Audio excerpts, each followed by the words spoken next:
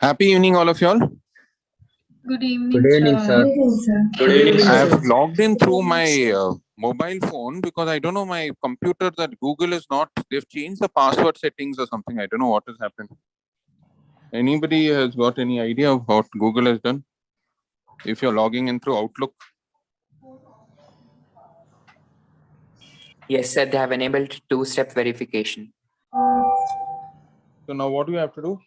If you're in Outlook, Sir, you have to approve your sign-in through your mobile phone.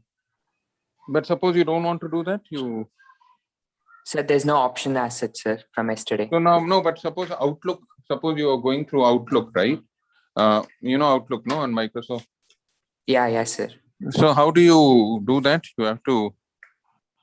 Sir, you have to sign in again and you have to approve it through your mobile phone. Once. Oh God, such a headache this is. No, I don't know. I've logged in through my phone. They didn't ask the OTP or something.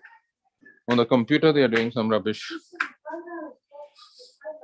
Okay, doesn't matter. We'll see. I'll figure that out because that's a horrible thing. We'll check it out. Okay, so you have to do two-step verification, huh? Yes, sir. You can't change the settings in the Gmail account or something? No, sir. From yesterday, they have made it compulsory. Oh God. So you have to go through the OTP. And... Yes, sir. Okay, okay. For the time being, we have 1 hour. We'll finish off with this with the phone only. Then we'll see what has to be done. Okay. Okay, now we'll. Should we start off? Harshita, you're online? Yes, sir. Hello, sir. Hello. Okay, so remember, business and commercial knowledge is a multiple choice paper with just 40 marks. So all the chapters generally have more or less an equal share. Only that terminologies, which we did, business terminology is a bigger chapter. So you might have a larger set of questions from there, but otherwise most of the chapters have similar marking. And the first two chapters have, and remember those CEOs and that chapter, Airtel and all that, you all got the Excel sheet, right? Yes, sir. Okay, wonderful. Okay. So should we start off, Harshita? Just read out the headings, main things. We'll go quickly. Yes, sir. So the content has been given in the form of a chart. So I'll just go with the chart. Go. Just read it. In case we have any doubts, we will clarify those. Yeah. Yes, sir. Business and commercial knowledge. Remember, Harshita, we have just 1 hour, so we have to finish all the chapters in 1 hour. Okay? Yes, sir.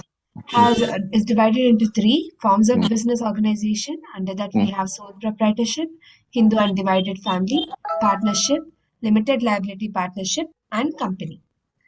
The Okay, other so you all is know that, right?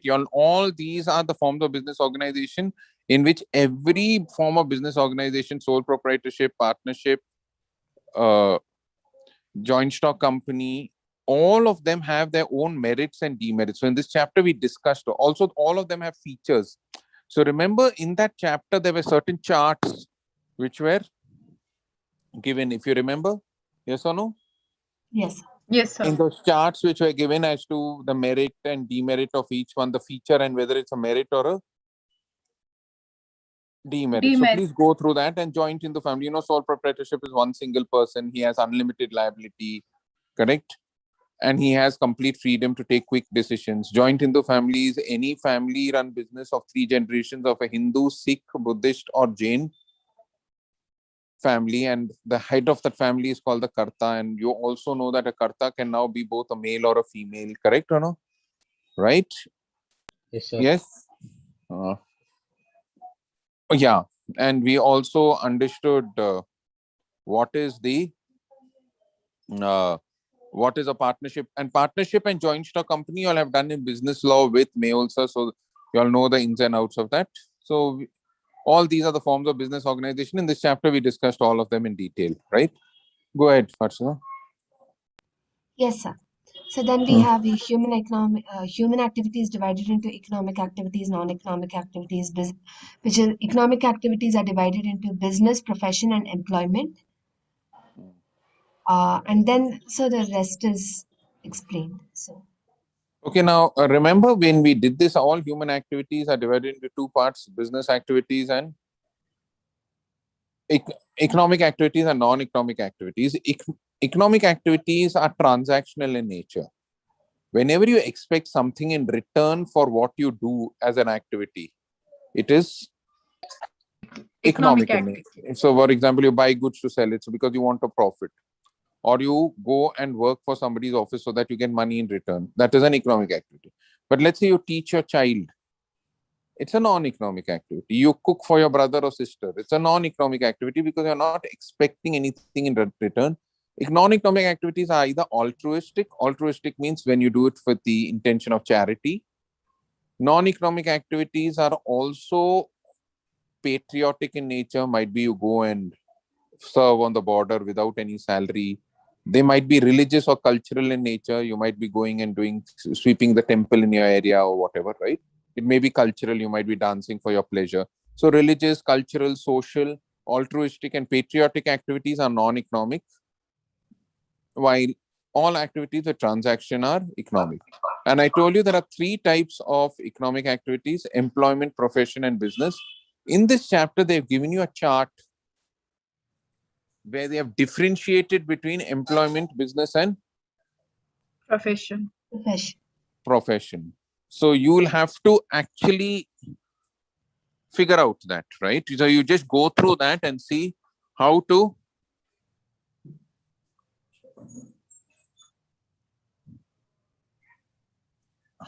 actually go through that. Just hold on. Somebody's rung the bell. Just one. Yes. Oh. So just remember that while employment is, there is an employer-employee relationship. You are expecting to work for somebody. There is high level of security. There is high level of security and safety in the job. The returns are stable, but the returns are not so high. In the case of profession, you're rendering a service by going through a professional body like ICAI or ICAS. You need a certification. For business, you don't need any qualification. The risks are higher, but the returns are also much Higher. Correct, Anu? Yes. Okay, so the reward for profession is professional fees. The reward for employment is salary, and the reward for just Profit. hold on 1 minute. Yes.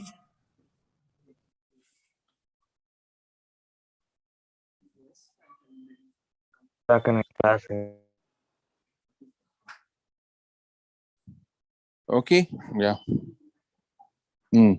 Are you there? Yes. Yes. Yeah. Business in turn is divided, can be classified on the basis of a few factors. The first factor is activities. Under that, we have industry, trade, and commerce. Okay, so you know what is industry, which is concerned with manufacturing of goods and services. And I told you trade is the buying and selling of goods. Commerce is comprised of both trade and age to trade. So whatever, when you're buying and selling goods, along with that, there are some factors which help trade, like advertising, warehousing, transportation. So a combination of both trade and age to trade is considered as, what is it considered as? Commerce, correct, Anu? So you should understand that industry is mainly concerned with the conversion of raw materials into finished goods, and basically all the industries, the production of goods and services. And you know what is business and what is commerce. What business comprised of industry, trade is buying and selling of goods, and commerce is both trade and age to trade. Age to trade is what helps trade. Okay. Yes, sir. Then, taking size or scale as a factor, we have micro, small, medium, large. Yes, sir. Micro, small, medium, and large. Okay, so you know this, right? Micro, where the output is less than 20-25 lakhs. The turnover of the business is less than 10-25 lakhs. It's micro. Then it's less than 1 crore. It's small. Less than 5 crores. It's medium. It's more than 5 crores. It is large. Right? Turnover is sales, right, of a business. Then Then we have geographic scope, where we have local, national, and multinational. you know this. Local is within the local area. National is, a local will be something like a Mayas, which is selling only in Bangalore. A national will be like Amul, which is selling across the country. International will be like Handiram, which is selling in all different countries, right? Okay. Yes, sir. Then under ownership, we have either state-owned or public sector, private, proprietary corporate. Yeah, you know this, right? Where it's owned by the government, more than 51% of the shares of the company or the control is held by the government, it's public sector. Where the control is with the individuals, it is private sector. Sector. Sir, what is proprietary corporate? Oh, are they referring to proprietary concerns and then corporate enterprises? Yeah, same thing. Then we have the domains of BCK. Mm. So that is all they've given. They haven't divided it into. Okay, the domains of BCK, we studied it's interdisciplinary, it is all that, right? So we've done that, right? Correct? Yes, sir. Okay, so you remember that BCK does not derive from, it's eclectic, it draws from other subjects like strategy, but where you have the words strategic comes from military, where you have animal psychology. It's also interdisciplinary, it also is very vast, it's dynamic. So we discussed all that, right? So then next. That is all. They've given a summary of the chapter in 2 paras. Should I read that, sir? Read it off, then they'll get a whole idea of the whole chapter, right? All right.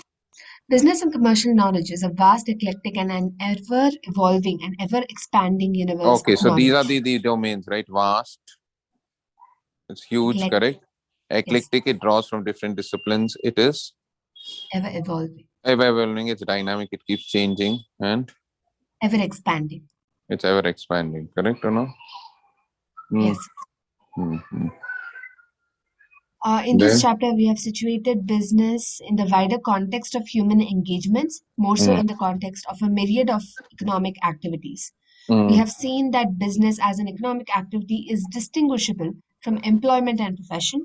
It focuses on production not for self-consumption but for markets. It is characterized by investment intensity and employment generation potential. Yeah, so it's investment intensity, employment generation. These are the characteristics of business. Yeah. Yes, sir. It spurs economic growth via entrepreneurial initiative and creativity. So then everything else is done. Done, right? So let's move to the next chapter. Okay, the second chapter is business environment. There is another flowchart. I will be reading that, sir. We have introduction and under that business environment, environmental analysis, PESTLE analysis, and strategic response to the environment.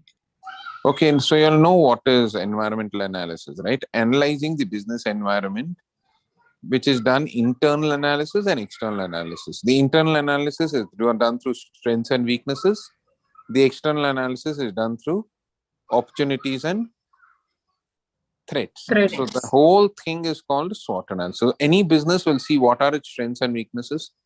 So let's say a company like Titan, their strength is their brand name. Their weakness might be that they are only concentrated in India. They have no multinational presence.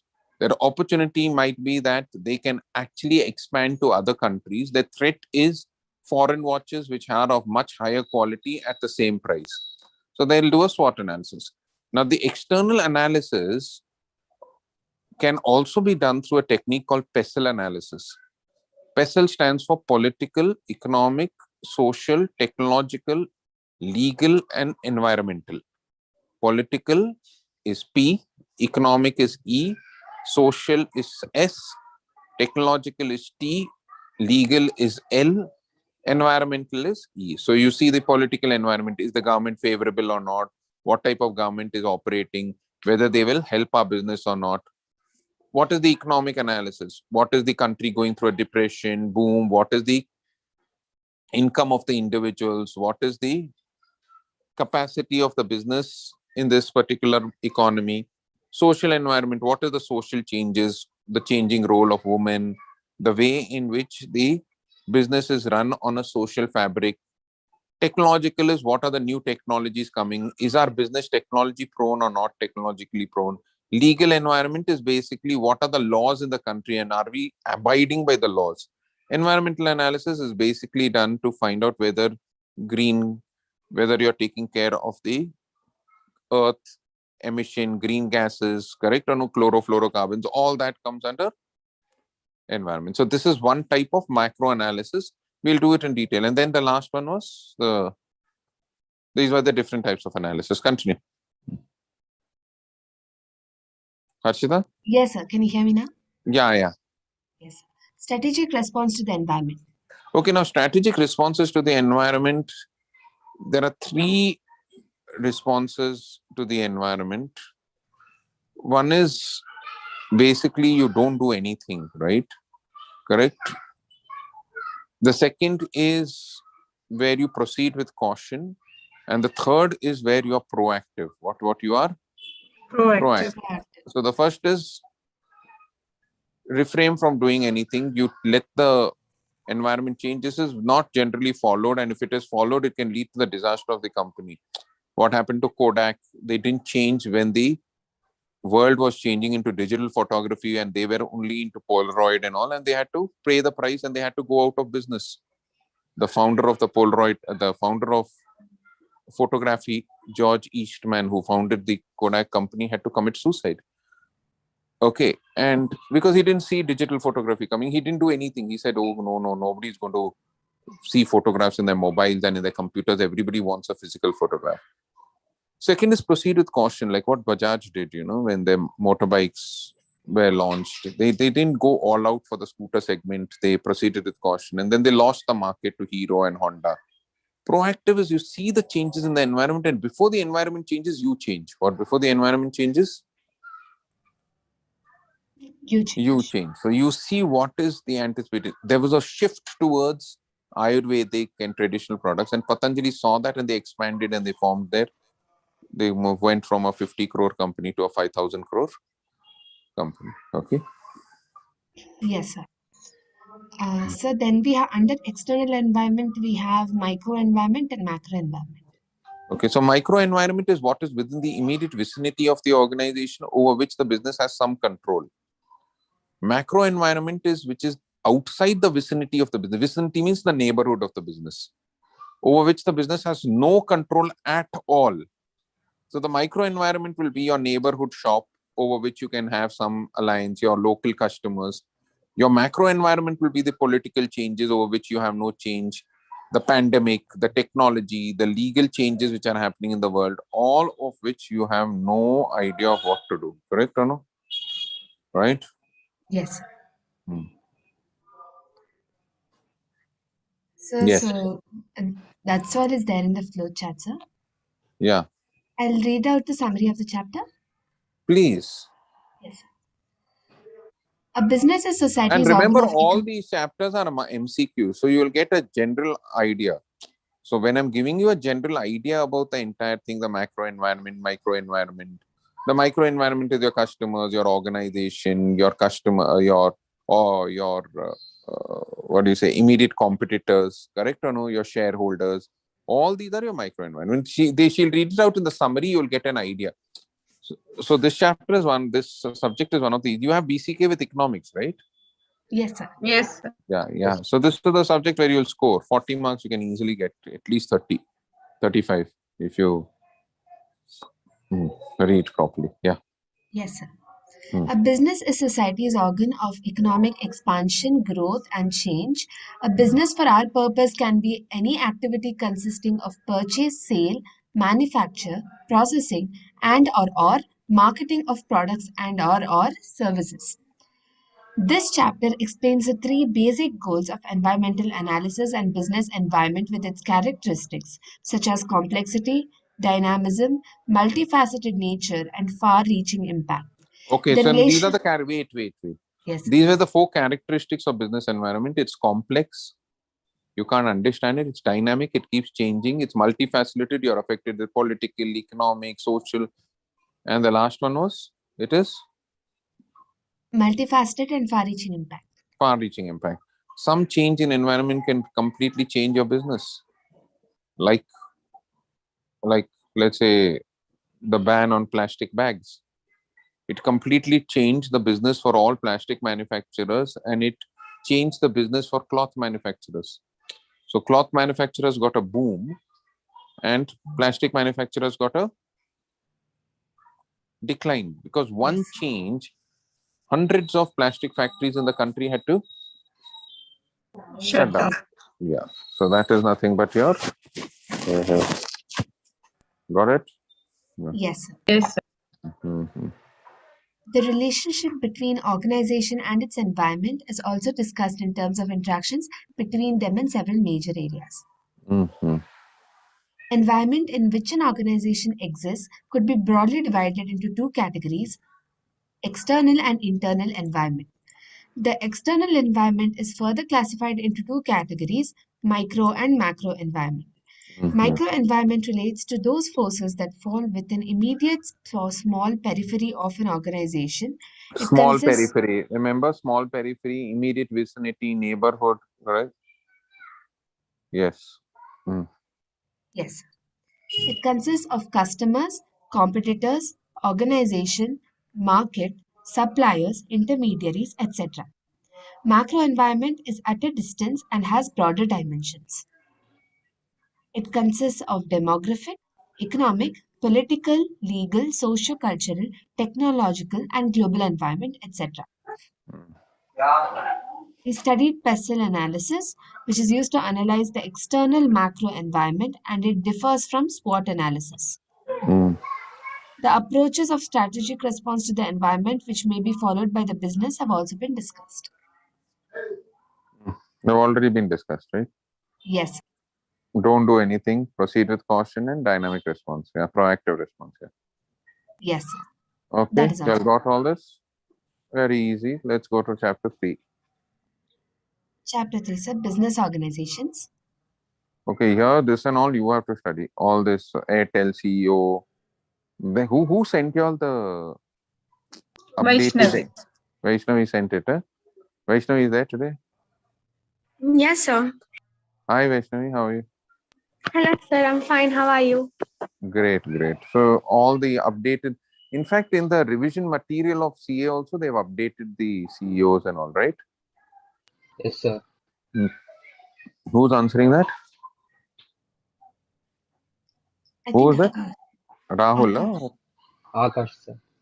Rahul Jain is there or Rishi Jain? I keep forgetting the name properly. Rishi, right? Or Rahul, Sir, sir. Rahul. Rahul, you do one favor for me, man. Find out how do we, with a new Gmail authentication, how do you figure Outlook, configure Outlook? Just find it out for me, no? Yes, sir, I'll do that. Just find out and tell me the steps. I don't know how to configure Outlook with this. Yeah, I'm okay, also- sir. Okay, fine.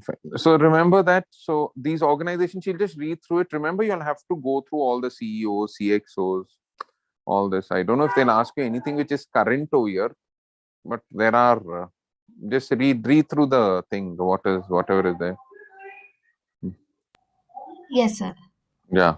So I should read the managing director, CEO. No, CFO. not required. Not. I think so. We'll skip this, right? This you all can manage, right, on your own, right? Yes, sir, we can. Yeah. So let's move to chapter 4. Okay, sir. Mm-hmm. Chapter 4, government policies for business growth. Okay. Again, sir, there's a flow chart. I'll be reading that. So, government policies. First is historical sketch. Under that, we have what happened in ancient India, India under the British, India since independence. Okay, now what is a policy? I told you a policy is a framework within which decisions have to be taken. So you remember that there might be a policy. Policy is basically an external or internal parameter or boundary within which decisions have to be taken. So we have, for example, you might have a policy that states that at least 10% of my workforce will be women. So let's say you have 50 employees. You insist that 5 or more will be women. You can have 6 women, 7 women, 8 women, 10, 20, 30. But you can't have less than 5 women in your organization. So that is a policy. It's a parameter within which you're taking a decision. So let's say there are 40, there are 1 woman resigns there are 10 women in your organization out of 100. So since you have told 10, and if 1 man resigns, you can either take a man or a woman. But if a woman resigns, you'll always have to take only a Women. women, correct? So that is a policy. A policy might be like no credit sales exceeding 25 days. All these are policies. Now, the policies which are framed at the highest level in the country by the policymakers, and the policymakers in the country are the parliament, where they pass an act, where they make a policy of how much tax has to be paid, what is the policy regarding uh, the business profitability. All these policies which are made at the highest level, which affect the business, are called as business policies. Now, there were policies in ancient India which were formed. We looked at Chanakya, we looked at Chandragupta Maurya. All these had policies regarding their business. Chanakya used to say that the tax should be collected at the time of harvest so that the farmers don't feel the pinch. Chandragupta Maurya had certain policies regarding the business of the country. Then there were policies during the British rule, right? They had very exploitative policies. They used to exploit us by sending out the raw materials from India and getting the finished goods. Then after Britishers, we had the industrial policies, where India was mainly an agrarian economy and we converted itself into an industrial economy, and now we have converted into a service economy. And there was a big boost in 1992 where we followed the policy of LPG, liberalization, privatization, and globalization. So these are the historical perspective of the different policies which have been framed by the government, right? So that's what she was trying to tell you. Yes. Then we have specter of government policies for business. So one is on the basis of scope and the other is on the basis of impact. On the Then we basis have, of, yeah, sorry, sir. yeah. Continue, sir, please. On the basis of scope, have they given the basis of scope? Nothing, right?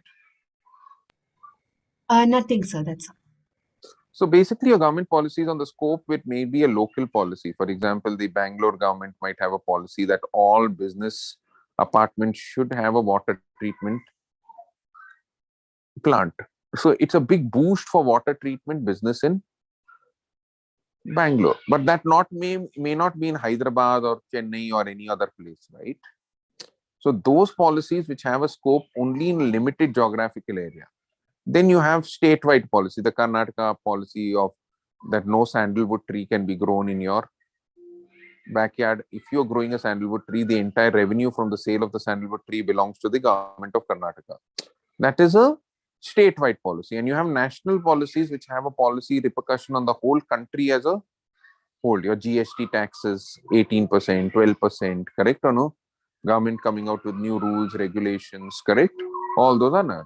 On the basis of impact, the impact of your business might be depending on your business, whether the policy affects your business or it doesn't affect your business. So, for example, let's say the policy of increase in petrol prices or diesel price, or the government recently cut the excise duty on petrol and diesel, reducing the price of petrol and diesel. That has a major impact on all goods, because all goods are transported from one city to the other using lorries and trucks. So if the cost of petrol or diesel comes down, the cost of all goods and services generally come down. So these are policies which have far-reaching impact. You might have a very small policy, let's say for all fashion products which are made organically, the GST might be reduced from 18% to 12%. That has a business only on non-organic fashion products like Wow Science. I forget the other organic. There are so many organic manufacturers of makeup. And today I was thinking of cosmetics because one lady became one of the richest women in India. Her IPO came out today. There was a company called Nykaa. Yes.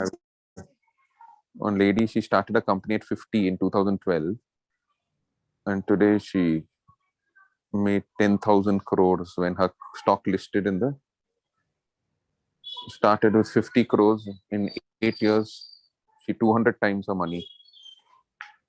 Falguni Nair. So just seeing how a person's life can change in 8 years, right?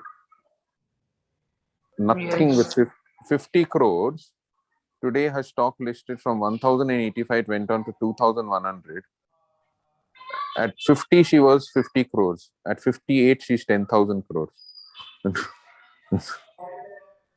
When she was 50, she started the company.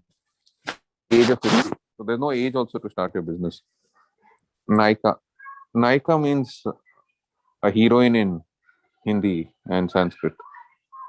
It's you buy cosmetics from there, Harshita? I don't buy cosmetics at all, sir. Nykaa is a cosmetic business, no? It's a cosmetic It website. is, Yes, sir. Yes, Yes, sir. sir, it is. Okay, let's go to the next one. Yes, sir. Hmm. Then we have economic change process in India. Hmm. Under that, we have liberalization, privatization, IFDI, and OFDI. Okay, what is IF? So they've given IFDI and OFDI. IFPP, yeah?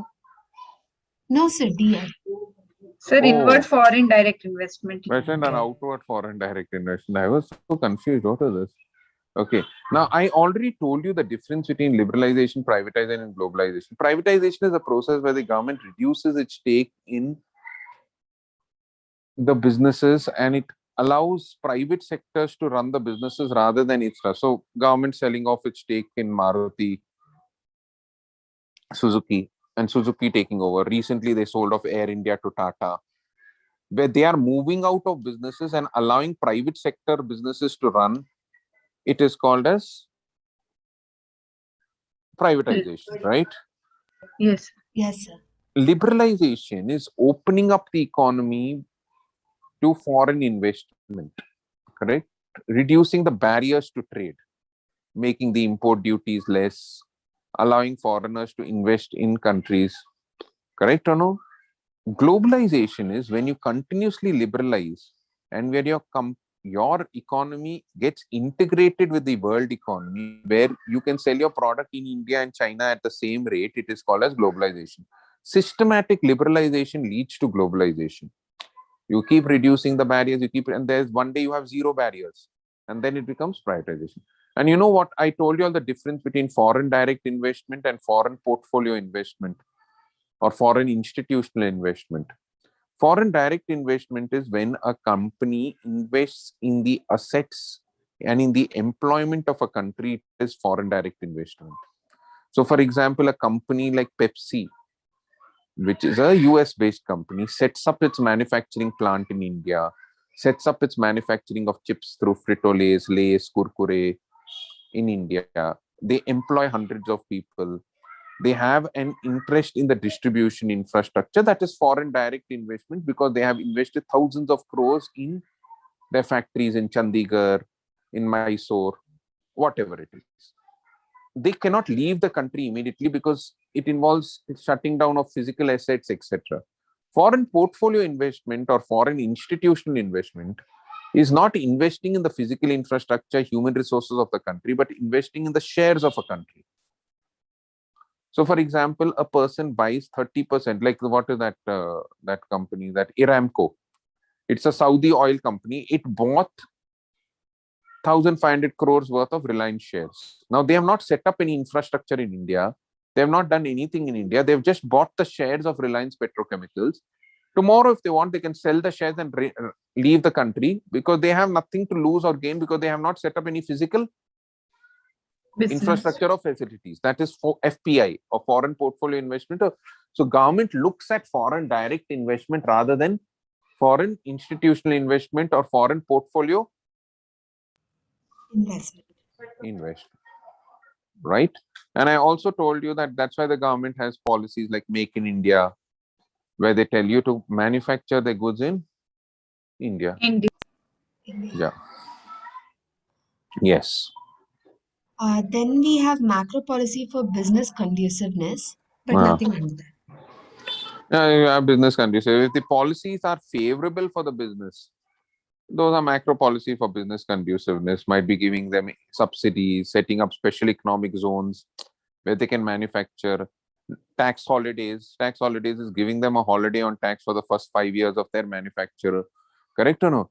subsidizing, giving them subsidies. If they export their goods, the government will give them a grant. So either your policy can be conducive for your business, or it may not be conducive for your business. Yes, sir. I'll read out the summary, sir. The government policies in some cases help in facilitating business, whereas in many other cases, they are restrictive, controlling and regulating in nature. Okay, I forgot to tell you. You can classify policies into facilitating policies which help the business, like a policy where they give you a grant if you export your goods, correct or no? Or that they might set up a Exim Bank which will provide you finance when you export goods. And there are certain policies which are regulating, restricting, and controlling, right? What are these? A regulating business like the Insurance Regulation Development Authority, which regulates the insurance business in India, to see that the insurance companies don't hoodwink the people and don't cheat the people, right? You have restricting policies which prevent you from carrying on. For example, they say you cannot export onions outside the country, right? Or controlling policy which raises the taxes, or which says that your business cannot, you have to employ, if you employ 20 workers, you have to pay them gratuity. All these are restrictive, regulating, and controlling policies. So policies can be facilitating, which we were discussing. They can be restrictive, regulating, and controlling also. Okay. Yes, sir. So in the question MCQ, they might ask you, government reduces the tax on import of certain goods. Is this a restrictive, regulating, controlling, or facilitating? So you'll have to mention facilitating policy. Policy. Got it, Anu? Yes. After independence, India followed a mixed economic policy. What are the two types of policy? Capitalist and communist or socialist. Correct or no? Capitalist is where the entire thing is private sector. Correct. Socialist is where everything is owned by the public sector. India had both capitalist as well as socialist policy. That's why it's called mixed. What it is called? Mixed. A large number of government companies, popularly called public sector undertakings or PSUs, existed beside the private sector companies. After sticking to this controlled economic model for a long period of time, the Government of India ushered in an era of policy shift during 1991. This policy change was popularly referred to as LPG, liberalization, privatization, and globalization. With this policy shift, the equity market strengthened. Okay, I told you what is liberalization, privatization, globalization. Yes, a lot of FDI flown in different sectors of the Indian economy. These policy changes resulted in metamorphosis of the Indian economy. What is metamorphosis?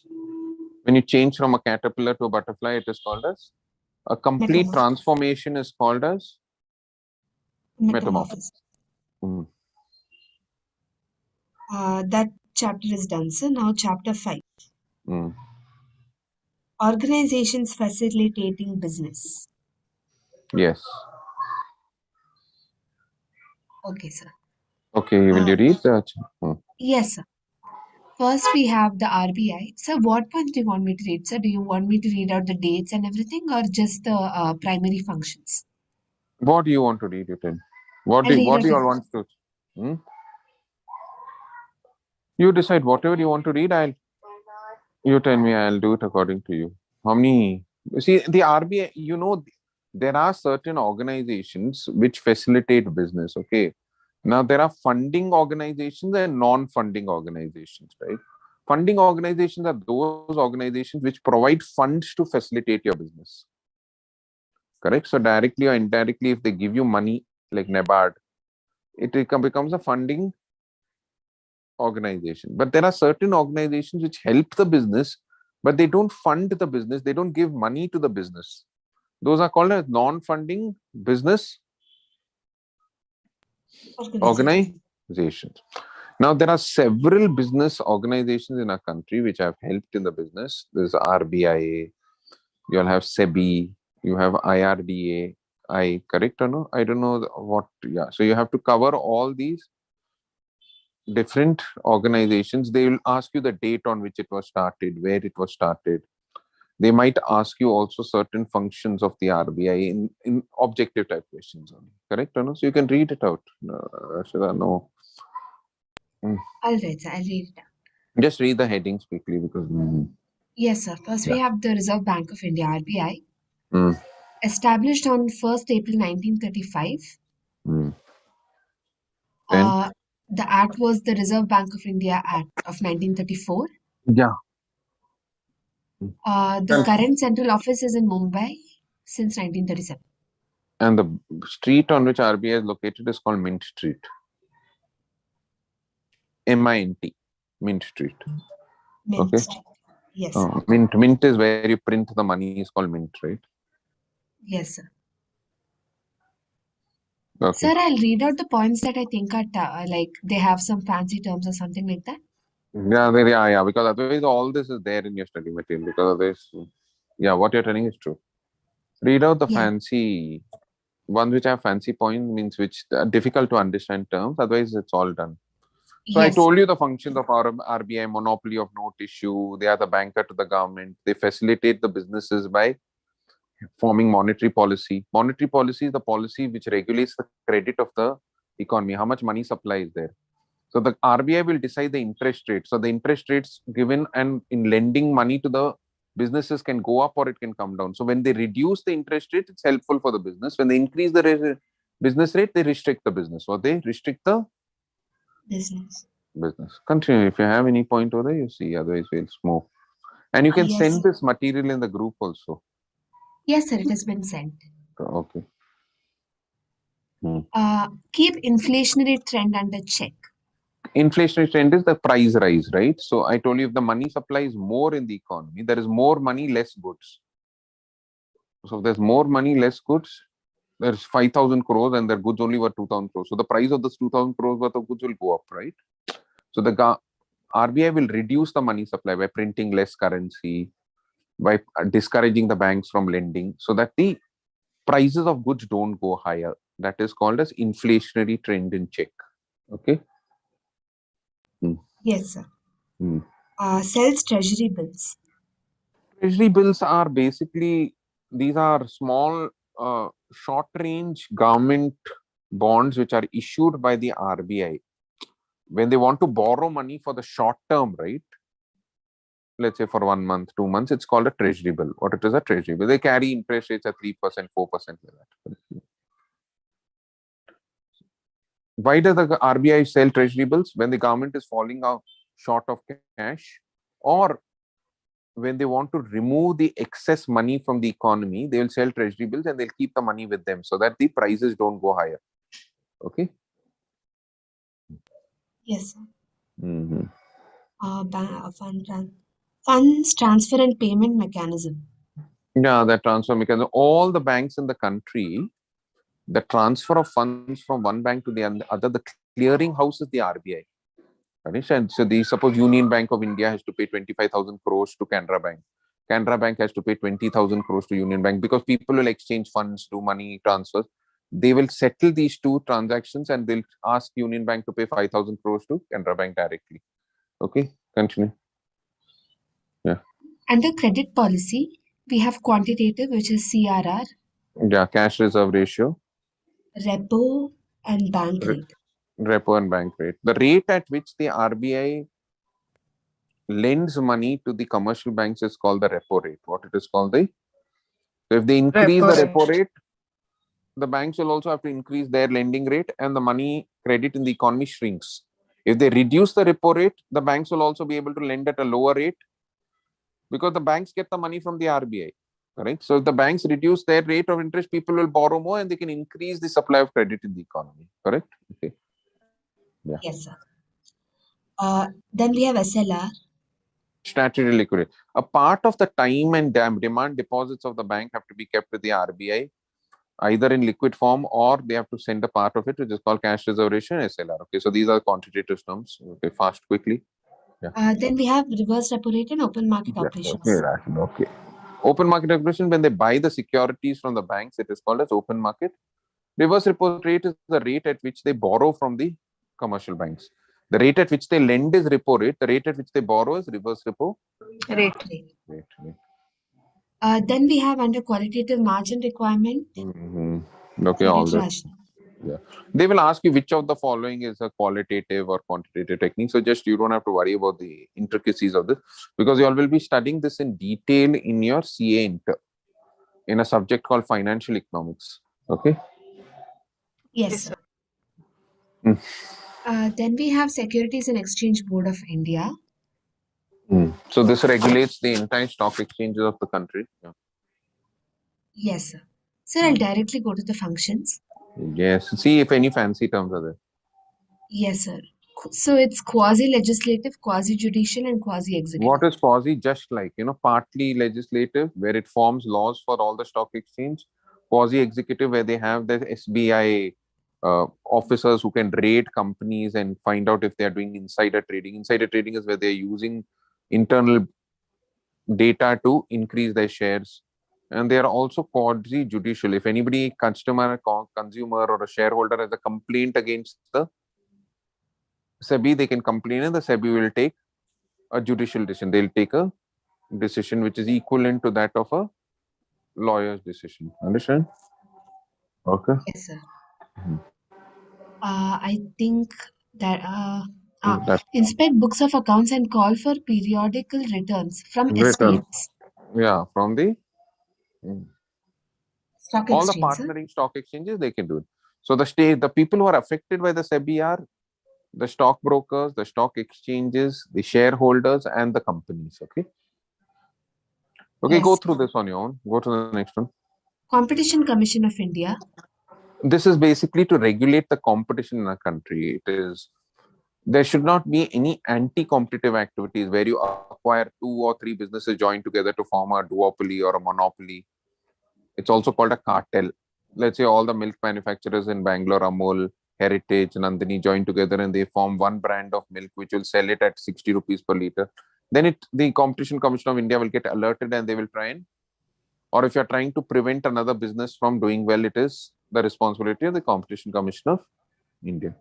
Yes, sir. Sir, I think there's nothing apart from that. Insurance Regulatory and Development Authority of India. And this regulates all the insurance companies because people put their money in an insurance company with the hope that they will get it at their old age. But suppose an insurance company defrauds them, suppose they invest recklessly and the money goes waste. So the Insurance Regulatory Development Authority of India sees that these private insurance companies invest their money in the correct assets and no insurance or policy holder is duped of his money at a later point of Time. you invested in Tata AIG 50 lakhs, expecting that you'll get some 1 crore after 20 years. After 20 years, Tata AIG says your money is not there. Your whole life savings is gone, right? So this insurance, to retain the trust of the insurance companies, certain regulations have to be made. Yes, sir. Then we have funding institutions. First is Indian Development Bank. Yeah. Indian Development Bank. Industrial Development Bank of India, I right? think they've missed it out, sir. Yeah. IDBI. So this was the funding institution. Now IDBI has also become a retail bank, but it was the pioneer of all industrial development. I think so. It should be Industrial Finance Corporation of India, IFCI. And there was IDBI, but now IDBI is converted into a retail bank, IDBI First Bank or something, I think so. Yeah. So Yeah. here also it's primarily laws, no terms as such. Yeah. Hmm. So here they've given under IFCI, guarantees deferred Yeah. payments So and IFCI is the only funding institution which gives long-term loans for industries. They function turnkey projects. They help you. Any point which you want me to explain? Yeah. yes, sir, one is there. Yeah. Guarantees deferred payments in respect of import of machinery, foreign currency Yeah. So loans. suppose you are an importer and you want to import machinery, correct? And you can't pay the money immediately. The IFCI will guarantee the payment to that exporter that you will pay the money over a period of time, correct or no? So it helps you to import foreign machinery which is not manufactured in India. Telecom equipment, large cranes, correct or no? Whatever. Yes, sir. Hmm. Sir, after that, some abbreviations are there, sir. Do you want me to read that? Or What are these abbreviations? Sir, MBAD, Merchant Banking and Allied Services Department. TCO, Okay, no, Technical these are Consult. no. Just you go. You'll go through this. You can just learn it up. Okay. Yes, sir. Then we have Small Industries Development Bank of India. Okay. This also is a funding into basically for small industries, micro and small industries which have a turnover of less than 5 crores. So these people, they help these micro and small industries to get loans, guaranteeing loans for them, giving them short-term credit, giving them bridge finance in case they're taking a long-term loan. In between the period from which the loan is taken to the long-term loan, all this is carried on by the next. Then we have Exim Bank. Exim Bank is the Export-Import Bank of India. Yeah. Yes, sir. So that is all. Then we have common business terminologies. This is the last chapter, huh? Yes, sir. Yes.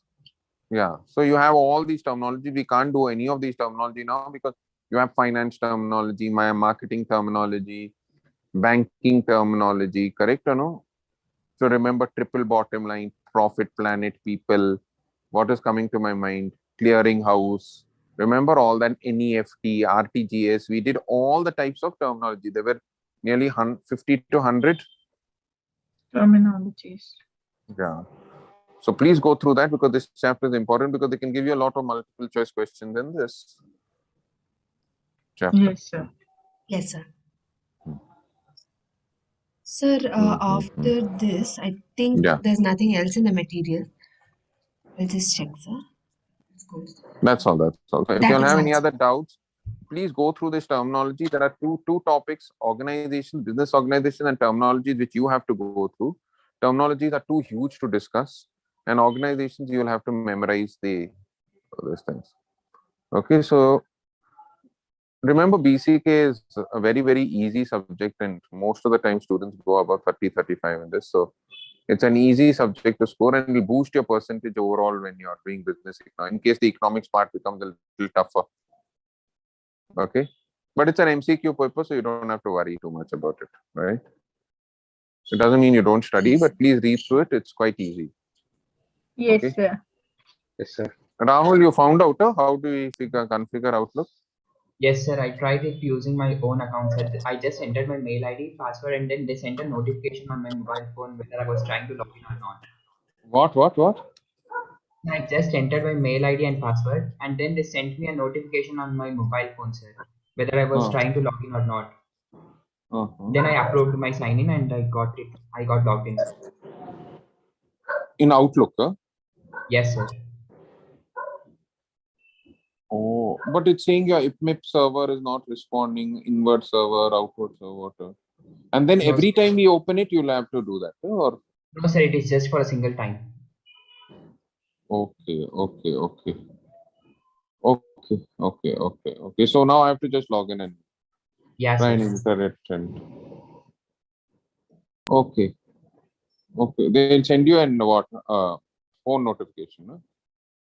Yeah, sir. They'll send us notification on which in a phone where we have logged into through that Google account. Okay. Let's see. If I have any problem, I'll call Harshita and take your number and call you. Okay. Yeah, sure, sir. Anybody has any other doubts in this BCK? All is done. All the best. When are your exams finally for this? December 13th. 13th. December 19th. 19th is paper 4. No, okay, so you have a lot of time, right? In case you'll have any doubts, in case you'll have anything which you'll want to ask you'll please call me up and not call me up, but take the phone from Chinmay or contact Chinmay and Harshita and they will get you in touch with me. My email ID is already with you all. So please do that and don't worry. You all will all do well. Anything else? I'll have any specific doubts? Not as of now, sir. Not as No, of sir. now. Once you all get any doubts, you'll please question me. Sure, Okay, sir. thanks all of you all. Have a great time and all the best for your exam. Okay. Thank you so much. Thank you, sir. Thank you Bye, so sir. much. Thanks Thank a you, lot. sir. Thanks. Hey, Harshita, remove me from the meeting because I don't know how to remove myself in this phone. Yes, sir. Yes, sir. I will. Okay. Thank you so much, sir. Thank you so much. Bye. Bye, sir. Bye. Thank you. Thanks. Bye.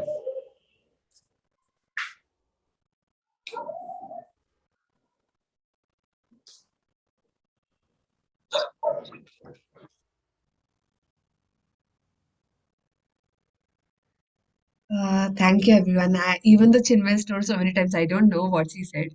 Does anyone want to take up the mantle today?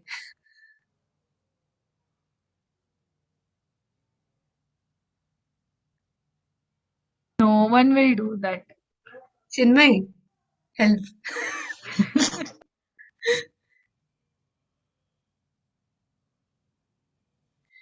Must be in the car or something. Okay. Oh my God, I'm too bad at this, everyone. Please spare me. Okay. Goodbye. Have a great day. And all the best. Thank you. All the best to everyone for their exams. Bye bye. All the very best. Bye. Bye.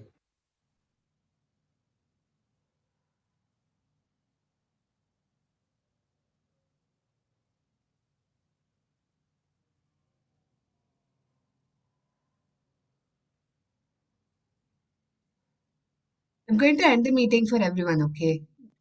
Does anyone have any questions or anything?